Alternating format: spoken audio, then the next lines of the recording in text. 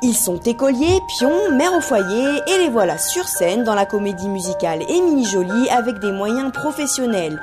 Comment passe-t-on d'un petit projet de quartier à de grandes scènes comme ici, l'Opéra d'Avignon? C'est entouré de professionnels, notre chorégraphe notamment et toute notre équipe technique.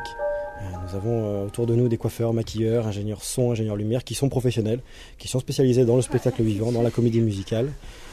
Nous avons les décors, les costumes de l'Opéra d'Avignon. Donc les chanteurs et les danseurs sont amateurs, encadrés par des professionnels et forcément, ils se hissent au niveau professionnel. Avant d'en arriver là, les 35 chanteurs et danseurs ont travaillé dur les week-ends pour cette aventure hors du commun. Aujourd'hui, ils prennent conscience du chemin parcouru.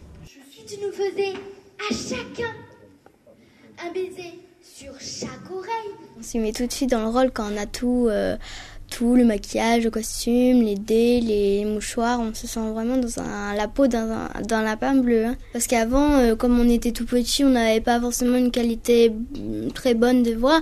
Mais après, on s'est amélioré dans le spectacle. Et puis, pas simple, en 2 ans, les enfants ont grandi, leur voix change. Il y a donc un turnover permanent dans les rôles. Au début, Vincent il m'avait prévu baleine de parapluie. Ensuite, il m'avait prévu lapin bleu. Ensuite, il m'avait prévu autruche. Puis ensuite, il m'avait reprévu baleine de parapluie. Et enfin, après certaines répétitions, il m'a dit tu seras Émilie Joly. Du talent, du travail, du professionnalisme, des ingrédients qui ont depuis séduit un producteur. Quand je l'ai vu la première fois, je me suis dit ça peut aller très très loin au niveau talent, au niveau artistique.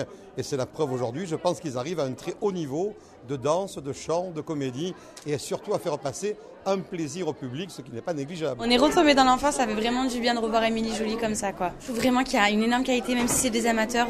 Non, on ne l'aurait pas dit, on ne l'aurait pas su faire. Le conte musical poursuit son conte de fées. Pour 2009, le calendrier de la tournée est déjà bien rempli.